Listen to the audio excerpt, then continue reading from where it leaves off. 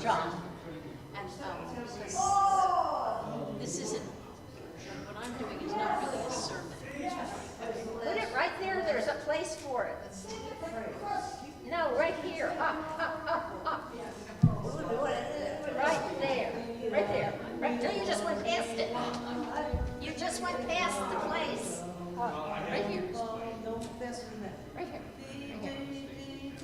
I mean, it's about independence. It's about, I cleared it. It's from Finland. It's from Finland. Oh, yeah, right. Right. So this is like, it's the national anthem, basically.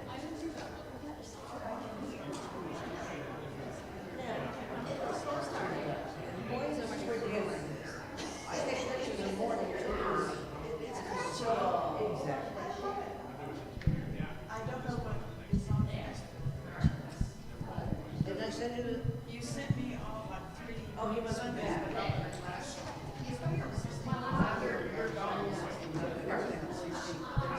There's another Sunday. Well, at the end, at the end, because I have to go somewhere. That would be great. I don't have to rush out.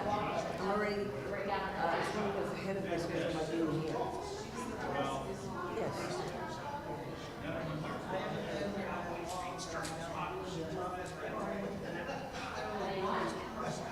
So I have a regular time in 5th grade too.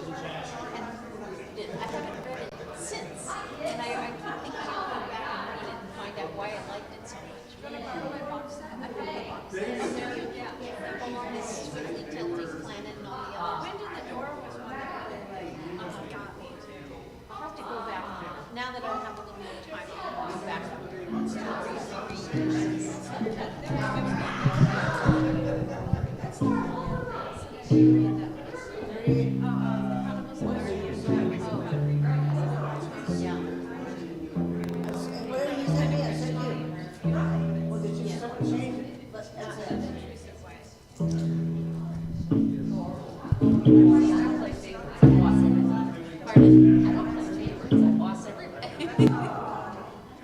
Big kids, old people. Did someone change the hymns? The hymns. The last one was supposed to be 38. Yes. Or the first one. The second one. Morning has broken. Morning is broken is the first one. And the second one, for the second one. Why wouldn't we have time if someone speaks words? Okay. Within my You. time. Oh, all right. So, If we don't have time, you'll just have to speak on this long interview. yeah, because already we're 5 minutes late, so. I'm not prepared to do one. Okay, all right. Well, you have one right. Whatever I was told is said by and I'm just like, Bob said the hymns for no reason. I'm not worship associate today, so I can send it to you.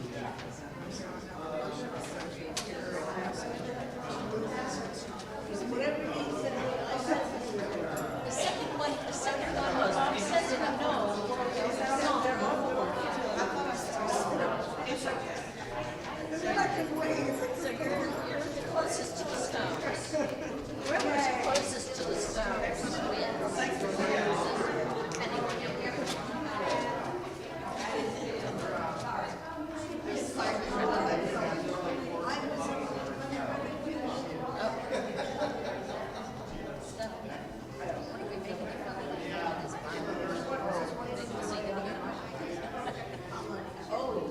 I'm guessing no.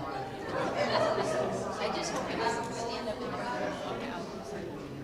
I told him we love the Bible as you do of all the sacred scriptures, all the religions. So we started off. I'm surprised there's going to be this many people here.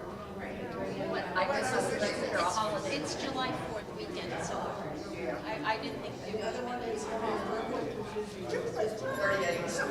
Look what time it is. We're late. Yeah, late.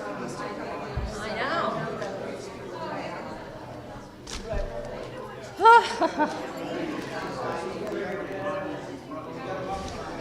Hello, hello, we're late. I'm not supposed to ring the bell until it's here. No, I know. I know it is. I just wasn't supposed to ring it yet. Now? Hello?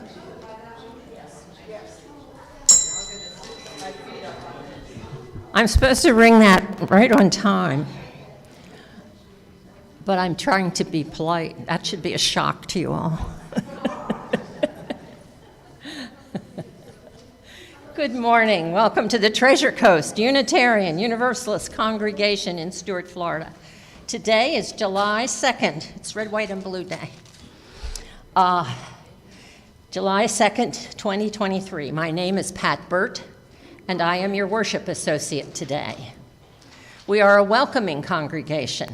We welcome people of all gender identities, ethnicities, ages, and backgrounds. Hi, YouTubers. To be put on our email list or to find out more information about us, go to our website at tcuuc.org. Treasure Coast Unitarian Universalist Congregation. That shouldn't be too hard. Note the email link to request our online newsletter. Please silence your cell phones. Visitors. Do we have visitors? I know we do. Would you be willing, if you're not too shy, to step up to this microphone and introduce yourself? Or if you have a booming voice, you could stay where you are and introduce yourself. But we do need to know where you are and who you are.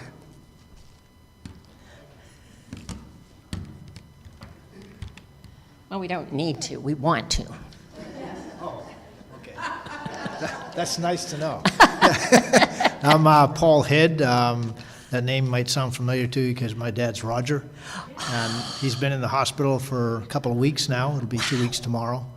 The last 4 or 5 days, he started to do better. And we may be moving him to rehab this week. Oh, so, yeah, and then he'll be able to come home again. So, Pam, thank you for visiting. You're awesome. I still love you. Yeah. Okay. Oh, I'm sorry. Yeah. But anyway, I know he's doing much better, and I just wanted to thank you for your visits and things. Thank you. Thanks for letting us know about your dad. We love him. Let us know what rehab he goes to. Okay. Other visitors? Hi, I'm Abby. I've been here a few times here before my husband, but happy to be back, and it's Arden and Joseph. Hi, welcome back. Great. A couple of things I want to draw your attention to. There are some announcements on the second page of the order of service, but they need some modification. Our extremely popular and normally reliable brown bag picnic lunch on the first and third Tuesdays of the month at Stewart's Veterans Memorial Park will not meet this Tuesday. Guess why? Lots going on there. We figured we'd be pushed out and maybe shouted out, and so we are not going to have brown bag on July 4th. The third Tuesday, we will have brown bag lunch at noon, but it will be at the St. Lucie Botanical Garden on Westmoreland Road. And we will meet at the picnic tables by the main building. Same time, 12 noon. A big thanks to those who are helping with today's service. Tia and Regina for ushering, Jackie Robbins and Judy Bajoris for our music, Jackie Buckley, our greeter, our host, Corina Poloni, our tech support, Rachel Valentino, and Marguerite Gregory for making sure that right after the service there will be hot coffee and snacks in Fellowship Hall. Our own member, Deb Harris, is in our pulpit today. We have one more week of visiting ministers. Next week, we will be back again with Dr. John Brown. How hard could that be? And then in 2 weeks, our beloved Bob is back. And now we will have our prelude. Oh, I'm very sorry. There are 2 other announcements. I just learned that Bob Cifelli is in hospice. Very important, longtime member. You're sitting in a building that's part of the fruits of his labor. And our beloved Ann Nizawa is moving out of her assisted living facility today and temporarily going back to Indiantown before she moves on to other plans. Okay, and now our prelude.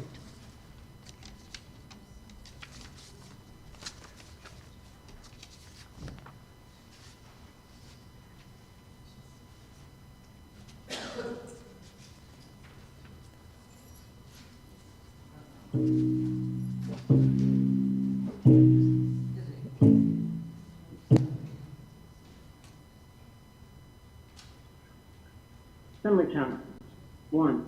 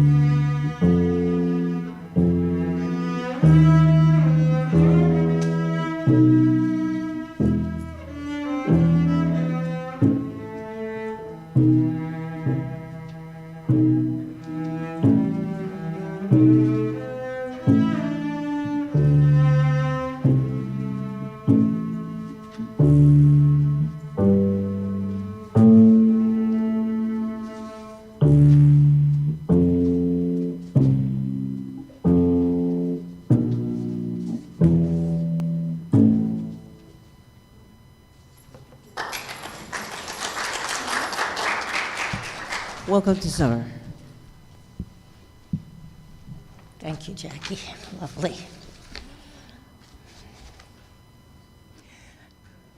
Our chalice lighting today is especially meaningful. We never need to be in the dark unless we ourselves turn out the lights, unless we ourselves throw water on the flames, unless we ourselves hide in a closet or stick our heads in the sand. Light is all around us, if we will just embrace it. By Pat Burt.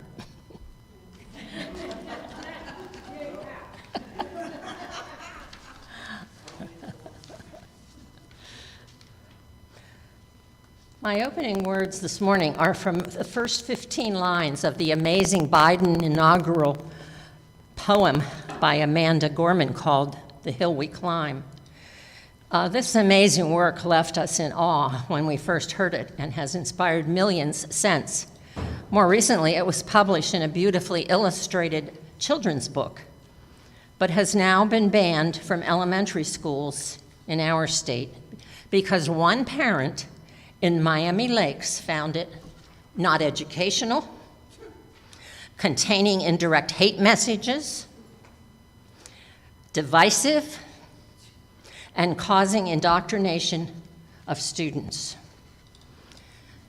After the service today, there will be an optional available discussion if you want to dig more deeply with our speaker and others today into this book banning craze. Listen now to the words, some of the lines and words of Amanda Gorman.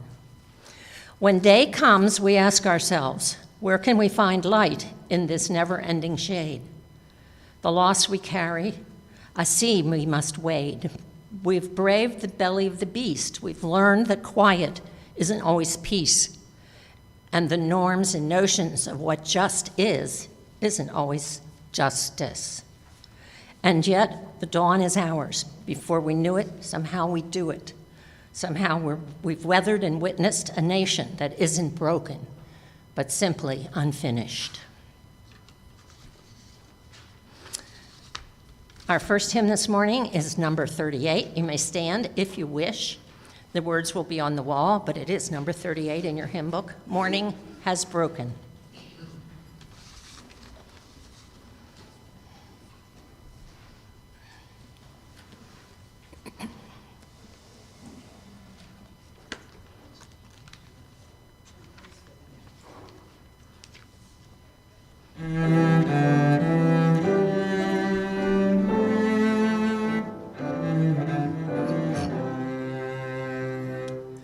Morning has broken like the first morning. Blackbird has spoken like the first bird. Praise for the singing, praise for the morning, praise for them springing from the fresh word. Sweet the rain's new fall, sunlight from heaven, like the first dew fall on the first grass. Praise for the sweetness of the wet garden, sprung in completeness where God's feet pass. Mine is the sunlight, mine is the morning, born of the one light, Eden salt land. Praise with elation, praise every morning, God's recreation of the new day. Please be seated. Let us recite now our affirmation, speaking the first verse and then singing the second. Love is the spirit of this church, and spirit is its law. This is our great covenant to dwell together in peace, to seek the truth in love, and to help one another.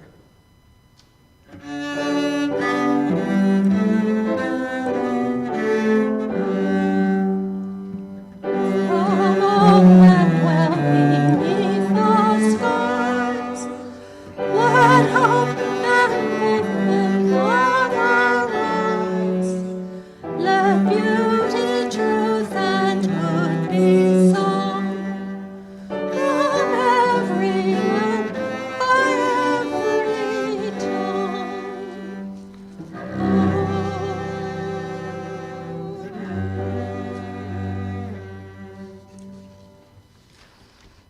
We come to a time in our service when we can share personal concerns, joys or sorrows.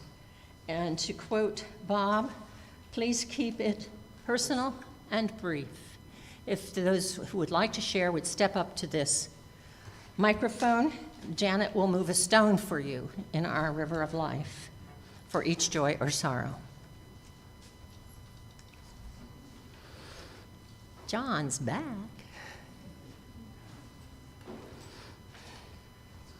Hi, I'm John, and I'm back from my trip up the East Coast.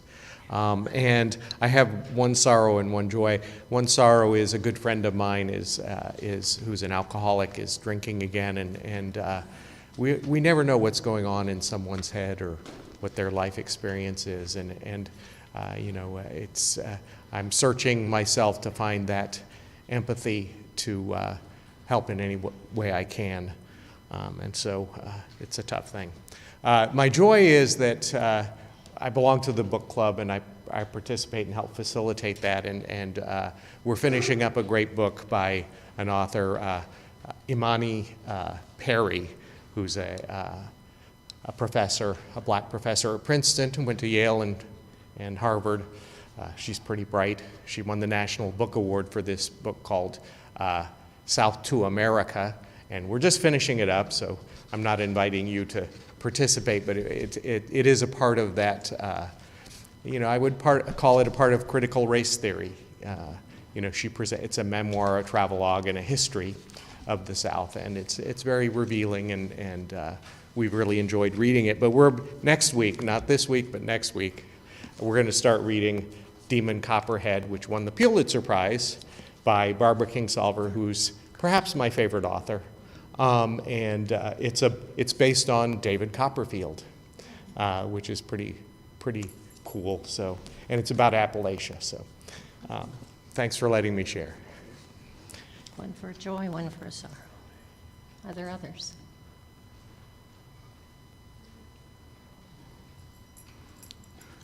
For Roger Head. Thanks, Janet. Ronnie, what's up? Yeah, I'm Ronnie. We were gone last week for something very special. Our youngest granddaughter graduated from high school, and it was a wonderful trip back to our old stomping grounds, saw some old friends that didn't move to Florida, and it was just delightful to be there, though it was just as hot as here.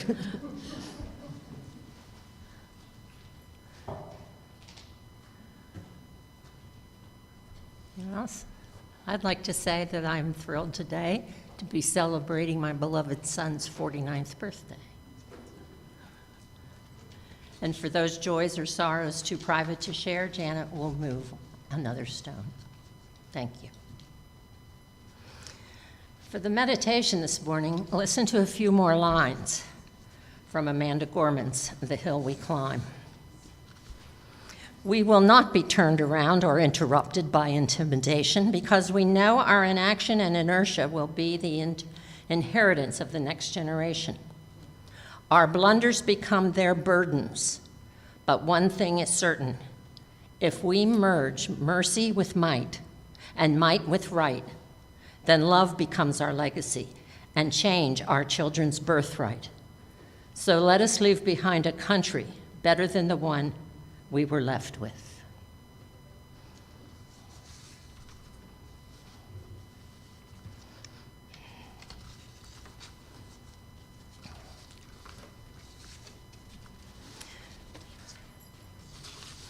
Please remain seated while we hum a verse and sing the verse of Spirit of Life.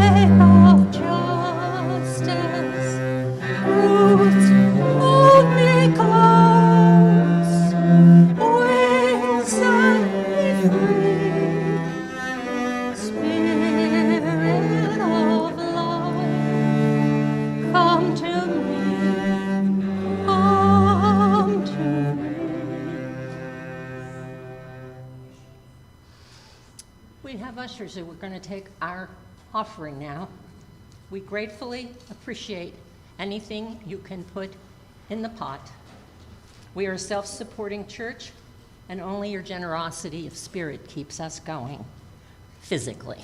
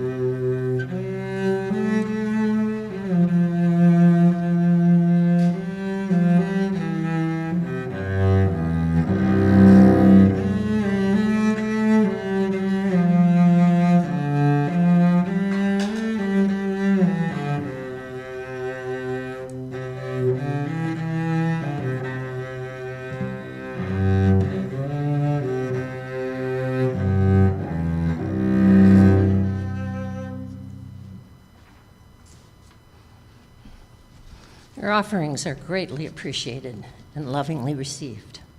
And now our own Dr. Deb Harris is going to talk with us about books we ban to our loss.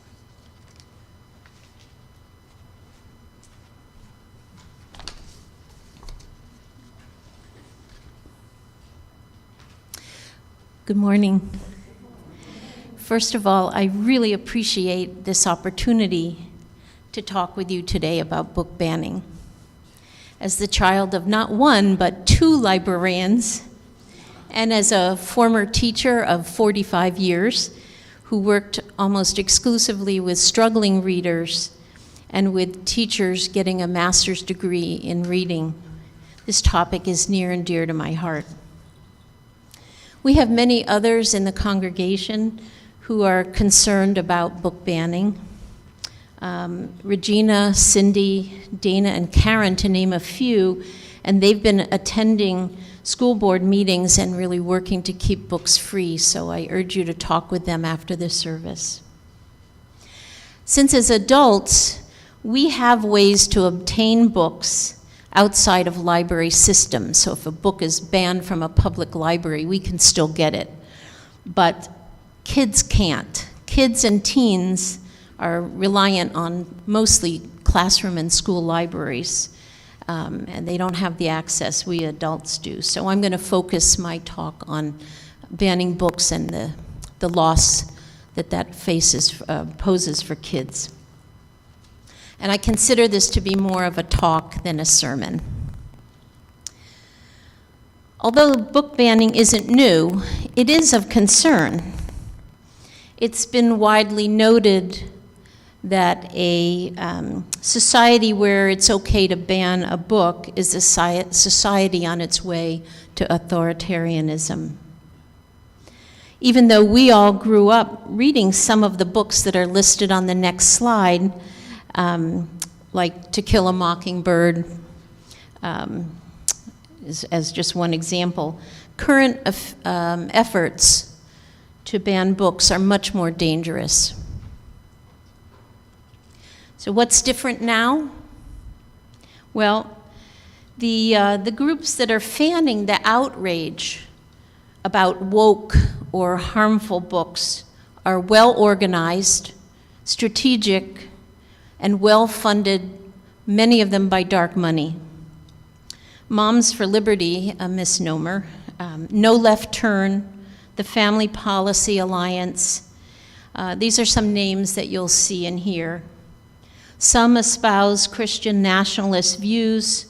Some have as their mission the closing of public or government schools by convincing others that schools are failing to protect or educate children. What's also different now is the sheer number of efforts to ban books.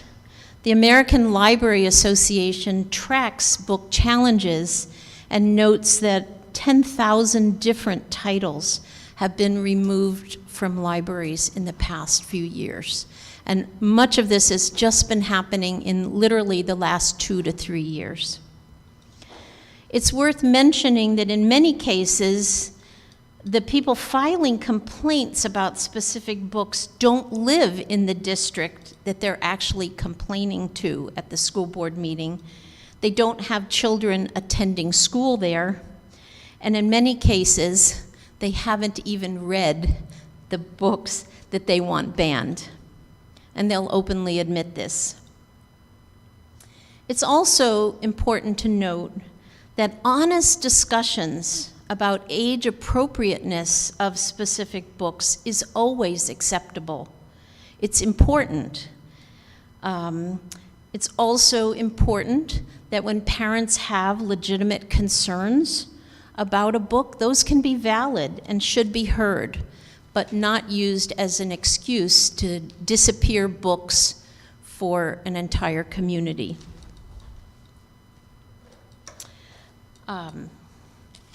The new book banners share with one another strategies, even manuals for how to get books banned.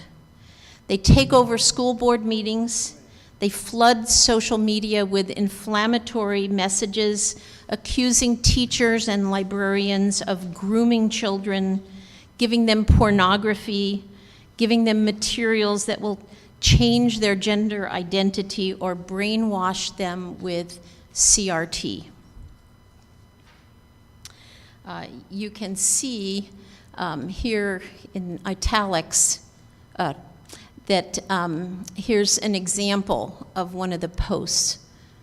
Have your children check out books from the library, ones you don't want in schools, and then basically keep them all year and have them just disappear and then pay for them at the end of the year, but at least that way they're not in schools and the kids can't have access to them. So that's the kind of tactics that are often being used. The rationale that's being used by many of these groups, it simply isn't credible to me. The claim that they want to preserve children's innocence, they want to protect them, they want to keep them safe.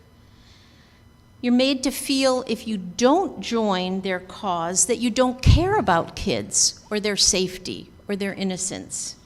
But of course, we all want to keep children safe.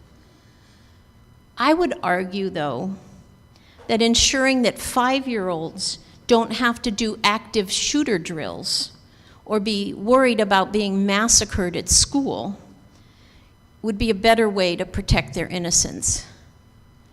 And if you think about the impact that those groups could have if they use their considerable skill at rallying people to argue for gun safety legislation, how that might better protect kids. We're going to see a really short video. I picked it because it's a good summary of what's happening here in Florida. So we'll hopefully get that going in just a second. And while we're waiting for it to get queued up, just a note, students are also forbidden to bring books home from school to read, to bring books from home to read in school. So that's another way to keep kids from, to sort of banning books. All right. A Florida school district has pulled 176 books from its libraries to comply with the new state education reform law championed by Governor Ron DeSantis. The latest to be pulled for review, a book about baseball legend Roberto Clemente, A passage in Roberto Clemente, Pride of the Pittsburgh Pirates, references the racism he faced in the U.S. Here's CBS's Christian Benavides. Jacksonville teacher Andrea Phillips specializes in helping third graders who struggle to read. Without a diverse variety of books that represent my students, I can't get them interested in books. Here's my book, Prison. 2 weeks ago, as the state celebrated Literacy Week in schools, Phillips says she was told to pack up her classroom library. We were being directed until all books could be vetted and we could be sure that we were in compliance with the state laws. Duval County Public Schools, which includes Jacksonville, said it would conduct a formal review of all books. While that review is ongoing, classrooms and school libraries look like this. Under Florida's HB 1467 law, beginning this year, school books have to be reviewed by a media specialist to ensure they're free of pornography or certain race-based teachings. From kindergarten to third grade, the books must be free of instruction on sexual orientation and gender identity.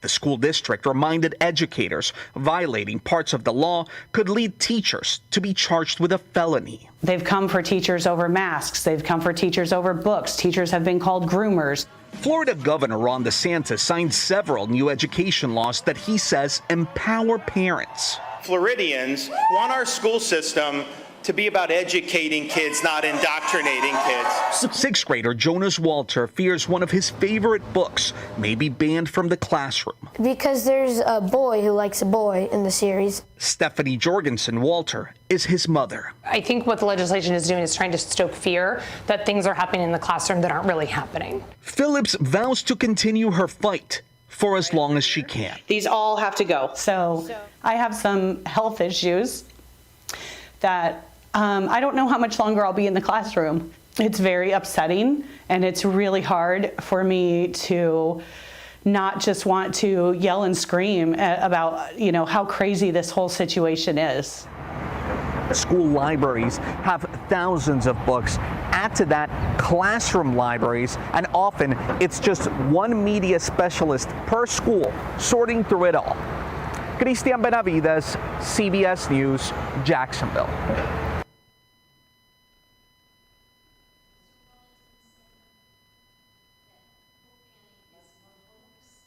And that there is no book banning in Florida. There are other ways for books to disappear. So if you put them in storage until each individual book in each individual classroom can be reviewed by the single media specialist in a school, they can stay out for months and months and months and months. Just real quickly, it's kind of interesting to look at the kinds of books that are banned and the reasons why they're challenged. You'll see this, I know it's hard to see the graph, but basically there are more fiction books than nonfiction books that are banned. And if you look at the circle on the right, the half circle there shows that most of the books, a good half, are basically intended for young adults, so kids in high school, some in middle school, and then elementary. So those are where most of the bans are taking place. And so we're going to take a look at a couple of books you might recognize from reading to your own kids or grandkids. Some of these might look familiar. Someone said at the beginning, Shel Silverstein? My kids love Shel Silverstein. Why is that banned? Well, remember the poem Sylvia Stout, who would not take the garbage out? Or the one about the little girl who didn't want to dry the dishes, so she dropped one on the floor, and if you break them, maybe you won't get asked to dry them anymore. Those are considered books that encourage, a book that encourages kids to defy their parents and disobey the rules. Hop on Pop might cause kids to attack their fathers. Strega Nona, who has a magic cooking pot, it's an old Italian folk tale. She has a magic cooking pot that can make pasta to feed a whole town, that has magic and spells and thus witchcraft. Sylvester, the Magic Pebble, which features characters that are all animals. The police in the book are pigs. But there's other characters that are pigs too, but that might cause kids to see police in an unflattering light.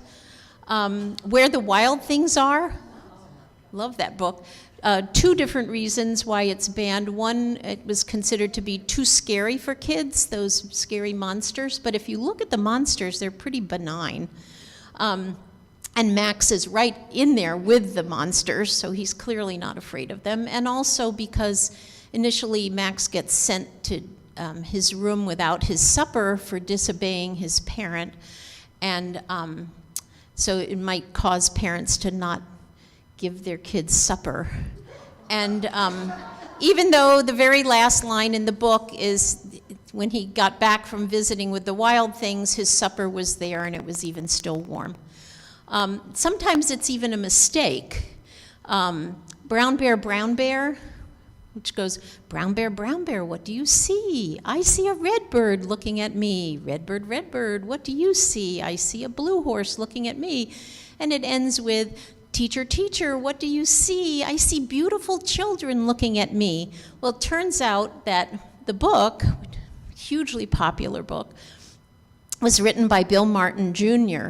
It was banned in Texas because there's another Bill Martin who wrote a college-level book about communism, so it was considered communist. Where's Waldo, that book where you have to search and try to find Waldo in this pictures. Apparently somewhere in there is a picture of a person in a bathing suit and you can see some side view of a breast. That's the best way I know to get a kid to look at that book. Anyway, so there's all kinds of reasons why books are challenged. Sometimes it's really obvious, sometimes less so.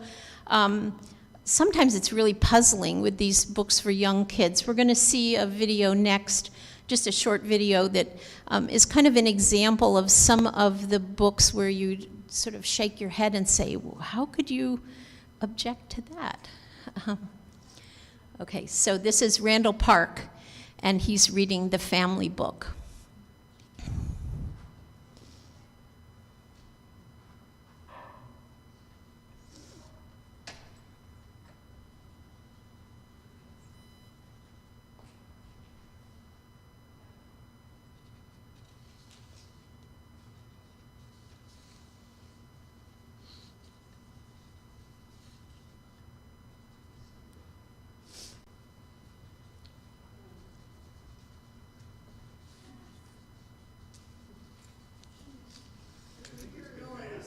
Okay, while our technician is solving the technical problems, I'll just show you another example where it's sometimes kind of baffling. I am enough. The book says, I know that we don't look the same, our skin, our eyes, our hair, our frame, but that does not dictate our worth. We both have places on earth. And in the end, we're right here to live a life of love, not fear, to help each other when it's tough, to say together, I am enough. Banned, divisive, racial content. All right, we ready?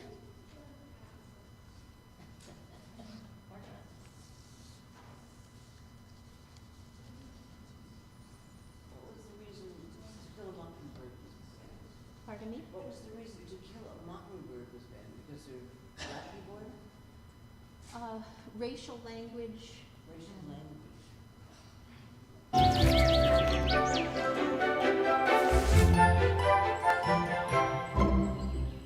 Hello everybody, I'm Randall Park, or as my daughter calls me, Mr. Randall Park.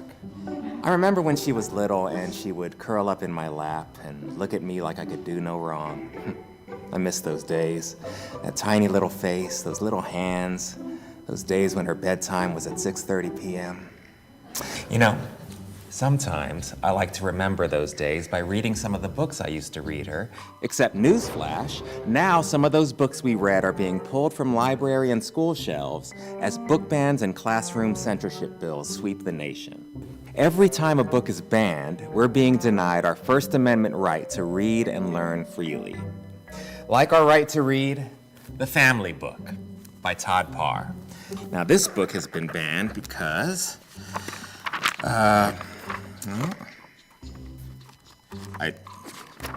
there's no,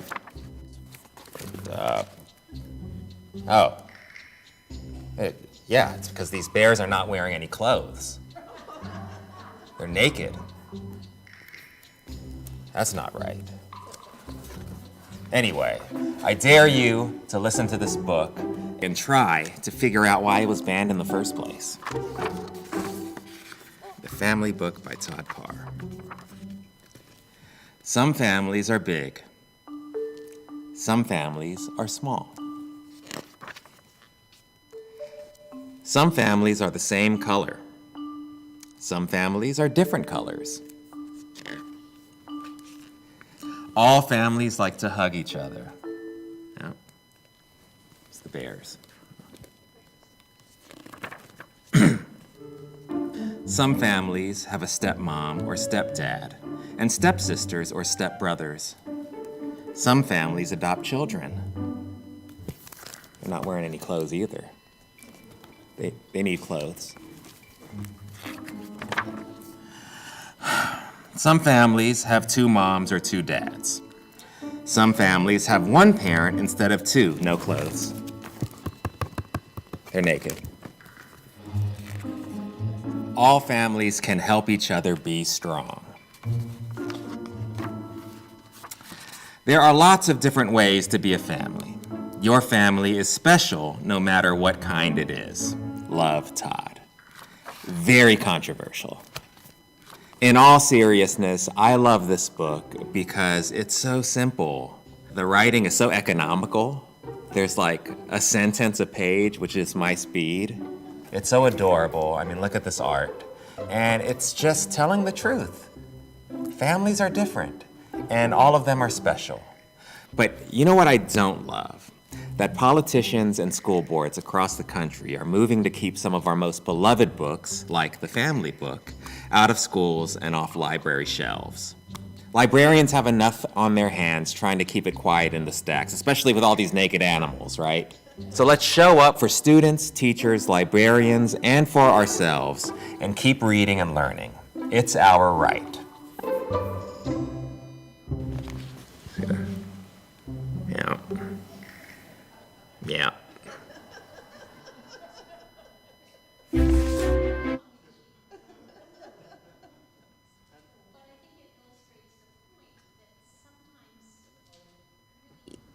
Really good books get banned for a single line, and I think you all knew what the line was in that book.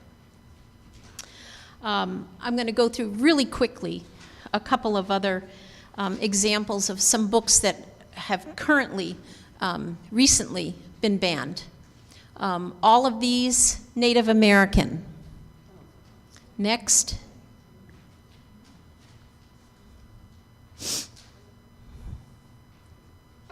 Books about African Americans, or in some cases written by African Americans. There's a wonderful series by an author who lives here in South Florida, Brad Meltzer.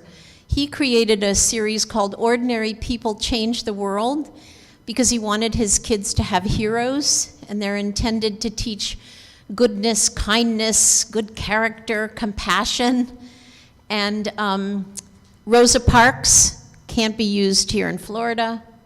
Martin Luther King, his book on Martin Luther King can't be used. His book on Billie Jean King, he has dozens of these, is challenged at this point because of course, she's gay. So can't have a book about that. So these are wildly popular with kids. They love love these books, and anything that gets kids reading biography, I think, is really good, and kids do need heroes. So it's really a shame that they've been banned. One of the most jaw-dropping to me books that has been banned all across the country, it's like one of the main ones under attack, is Robert Cole's Ruby Bridges. Ruby Bridges is one of the first children to attend an all-white school. She was sent there by a judge by herself. 4 other girls were sent to another school. Most of the school year, she attended school in a classroom with just her and her teacher. Parents refused to send their kids to school. You probably know that famous painting of the little girl walking with the marshals. She had to walk through crowds of people who screamed at her and yelled at her and threw rocks and feces, held up signs. Robert Coles worked with her as a child psychologist during that time, and he wrote this book, and it's absolutely beautifully written. There's nothing in it that you could, find offensive, I would think, except for the one page where Ruby is walking through the crowd, and that it's considered that it might cause some white children to feel shame or uncomfortable, which in Florida is against the law. A teacher could be fired for reading this book. A couple more. Any guess? Oh, hijab. Okay, Muslim, and in 2 cases, immigrant Muslim, anti-Christianity. Books about women, especially, next one. Books about feelings, anything about feelings, anything about self-acceptance, body parts, body functions. Don't say the sex word. And then, there they are. And then books about women, especially activist women. You wouldn't think that Ruth Bader Ginsburg could be banned, but yes, she is. Then we have books that show kids, or in some cases penguins, in alternate gender roles.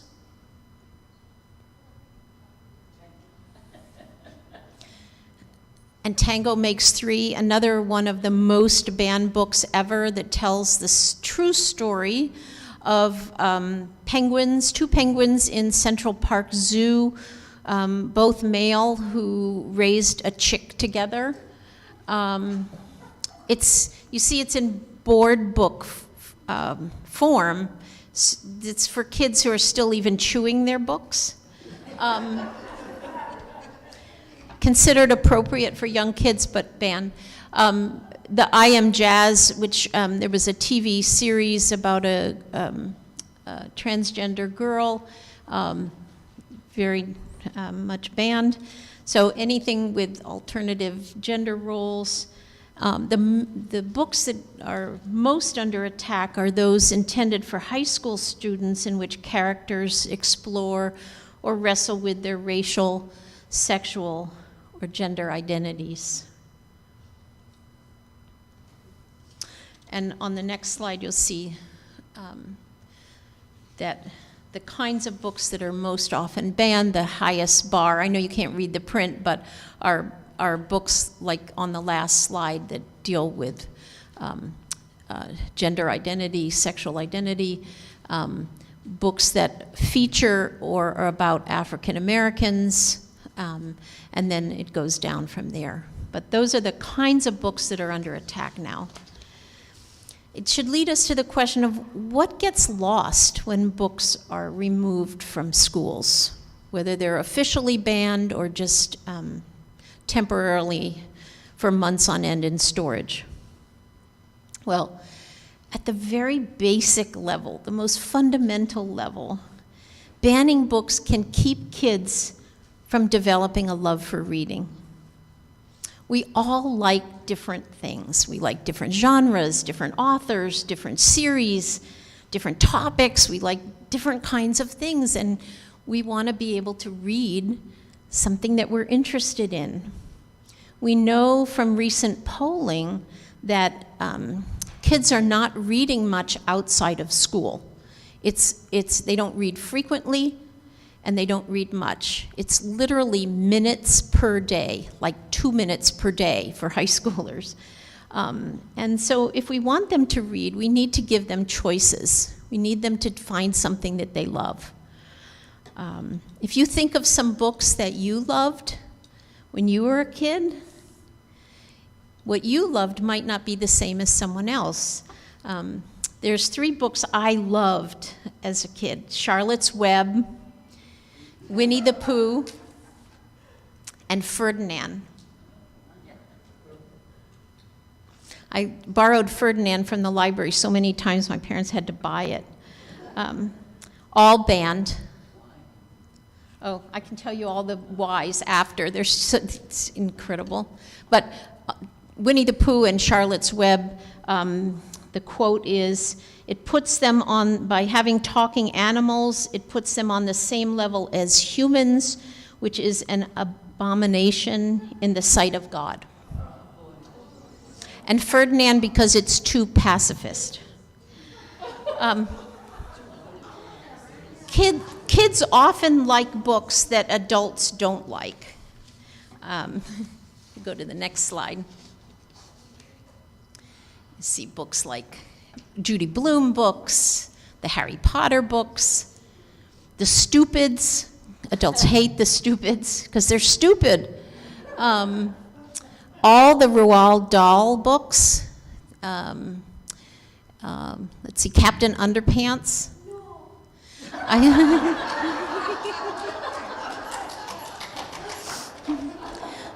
I read with kids at the Sandy Pines Residential Treatment Center on Wednesdays, and the kids get to choose a book and come in and read it with us. We read it to them, or they read it to us, or we read it together. And I sit there and like, please, please, not Captain Underpants. And they always want Captain Underpants. So, again,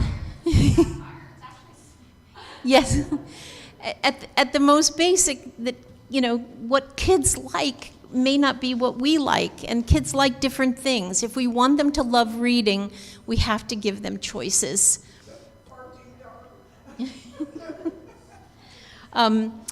For older students, many students love romances. Right here in Martin County, Jodi Picoult had 20 of her romance novels removed from the library. James Patterson's Maximum Ride, another popular series, was taken out of the elementary school when it got a lot of publicity, and he wrote to the governor and all kinds of things. And so instead of taking them out completely, they just moved them from the elementary school to the middle school. And as Jodi Picoult says, there's absolutely nothing wrong with a parent deciding a certain book is not right for her child. But there's a colossal problem with a parent deciding that, therefore, no child should be allowed to read that book. What else do we lose when books are banned? Well, one is a chance to learn about our amazing world. This is a beautiful book about seahorses. It explains all about seahorses, and it's beautifully illustrated. But at school board meetings, it's been called the Kama Sutra for kids. Because you can see the seahorses, you know, winding their tails around each other, and can't have that. So, banned. Or another one where kids can learn about the world and something they might not otherwise know, and Tango Makes Three. It is really interesting, and it tells kids that there's all kinds of families. The 2 male penguins who love spending time together, adopt and care for an egg. They hatch the egg, they care for the chick. Tango was born thanks to them and lived a long life at the Central Park Zoo. But, you know, the idea that there would be same-sex couples, even though that's very common in the animal world, in all kinds of different species, opens up conversation, perhaps that people don't want to have or don't want kids to know. But you can see, this is an example from the last page. It's very, very carefully written, nothing offensive. What else do we lose when books are banned? A chance to learn about true events, things that are happening in our world. This book, Separate is Never Equal, is the story of a young American girl, American citizen of Mexican descent who lived in California, who wasn't allowed to attend her neighborhood school because it was white. And the family sued for segregation, and this was 10 years before Brown versus Board of Education. When I share this with my college students, they didn't know that. So we can learn about the world. And it becomes really important to learn about true events, real history. Now that it's really more common to have lots of textbooks censored, material that kids are using in schools has to be okayed, can't have any reference to race. On the next slide, you'll see an example, just a quick example. This was a little piece about Rosa Parks and other leaders. In the earlier version that was used in schools a couple years ago, it says, you know, Rosa Parks showed courage. One day she rode the bus. She was told to move to a different seat because of the color of her skin. She did not. She did what she believed was right. That is no longer allowed to be used. Now the version is, this is what was approved. Rosa Parks showed courage. One day she rode the bus. She was told to move to a different seat. She did not. She did what she believed was right. Which is kind of confusing, and it makes her sound like she's just disobedient or defiant, and you don't have any context for why she wouldn't move. So it's really important that we supplement the textbooks with literature, historical fiction, biographies, other books for kids to understand real history. What do we lose when books are banned? We lose the ability to engage in critical thinking and discussion about our thoughts about the book, our reactions, our feelings, our insights. And that goes for books that we like and agree with, and also for books maybe that we don't like. I'm sure there are books that you don't want people to read, or you'd prefer that they don't read. But we should have the right to talk about why not. I've been known to be in Barnes & Noble, and you know how they have the books stacked up to, like, accidentally on purpose cover a book that I wish people wouldn't read, like by a right-wing talk host that was sexist and racist. But we can't do that. We need to have opportunities for kids to engage in critical thinking and to hear different perspectives and to think about things that they might not otherwise think about. What do we lose when books are banned? We lose the opportunity to experience reading as a mirror, a window, and a sliding door. So what does that mean? Well, when we see characters in books that share the same experiences, feelings, as we do, it's like we see ourselves in the books. We can identify, we feel justified, we feel validated. Oh, I'm not alone. Someone else has gone through that. That's books as mirrors. Sometimes we read about people whose lives are very different from our own, whether it's because of where they live or how they live, what they do. So we can develop a better understanding, awareness, empathy for people with very different lives. That's books as windows into other worlds. And then the books as sliding glass doors. Those are books that allow us to step into another world for a short time, to see how it feels, to see how it might be to be a young girl in Afghanistan who can't go to school. What is that like? So by keeping books from kids, we keep them from having those experiences. The New York Times interviewed some high school kids about the book banning, and their responses were so thoughtful and so eloquent. And I wish you could read them all, but you can probably find the article in the New York Times. But I thought this quote, which I won't read to you, but is so important.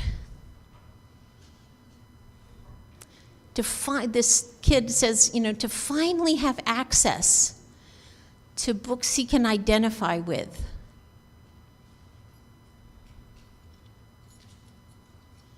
It helps me know I'm not the only one to go through this. There's others who share my story. How important it is for kids to be able to see themselves and to feel like they're not alone, or to have maybe more tolerance and understanding for kids who are going through something that otherwise they might not know.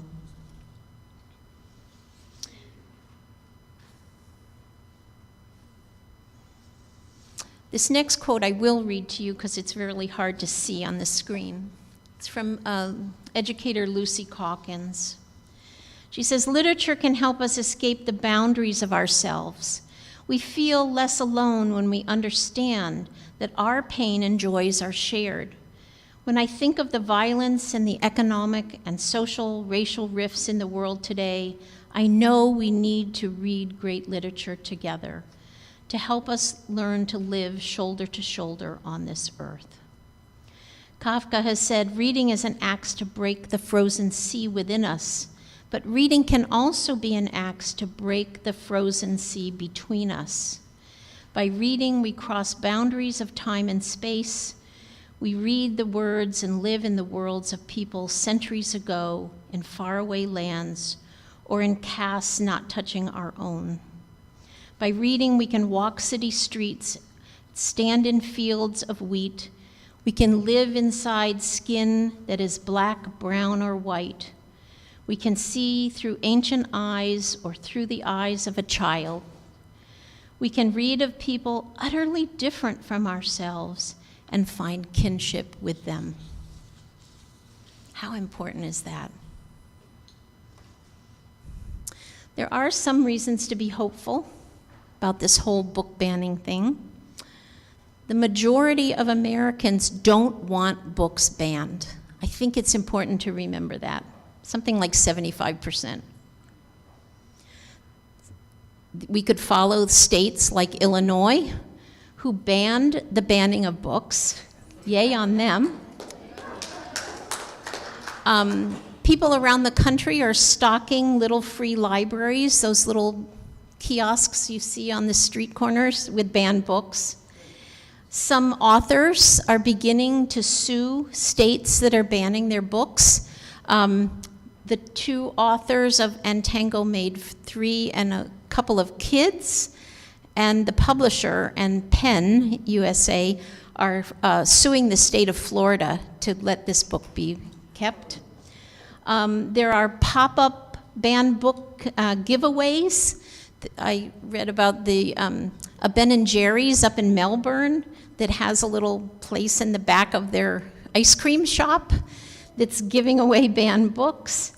Brave people like Grace Lynn in Martin County and some of our own UU members are speaking out at school board meetings writing letters to politicians, writing letters to the editor, writing letters of support to authors to tell them how much we appreciate their books. So those are all good things to look forward to. I'm going to end with a quote from Grace Lynn. She brought a quilt, this gorgeous quilt that she had made to the Martin County School Board meeting that had banned books on it. And she talked about her husband dying when he was 26, fighting the Nazis.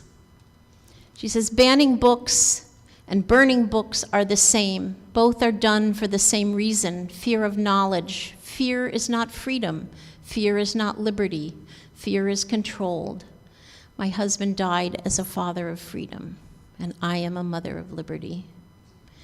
Banned books should be proudly displayed and protected, and I would add, and read.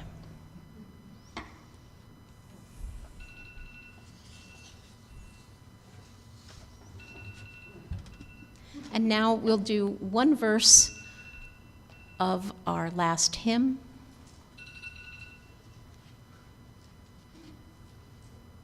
We would be one.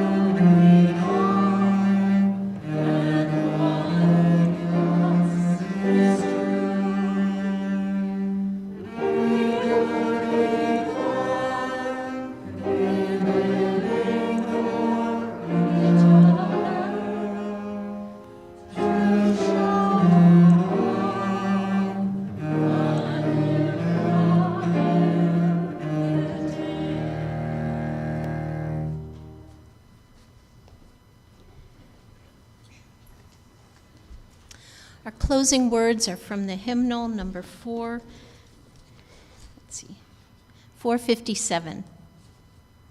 I am only one, but still I am one. I cannot do everything, but still I can do something. And because I cannot do everything, I will not refuse to do the something that I can do.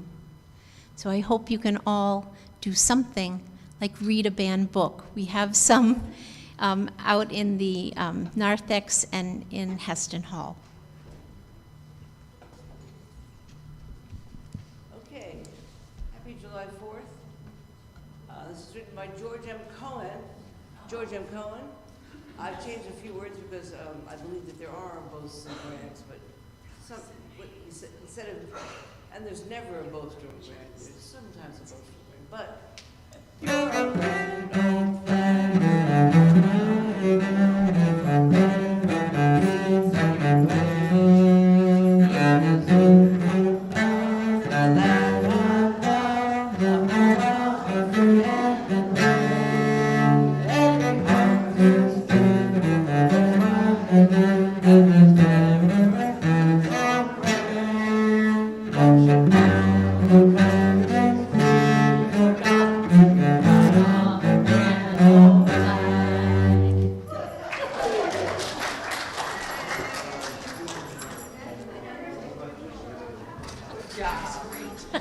You're becoming the pro of everything.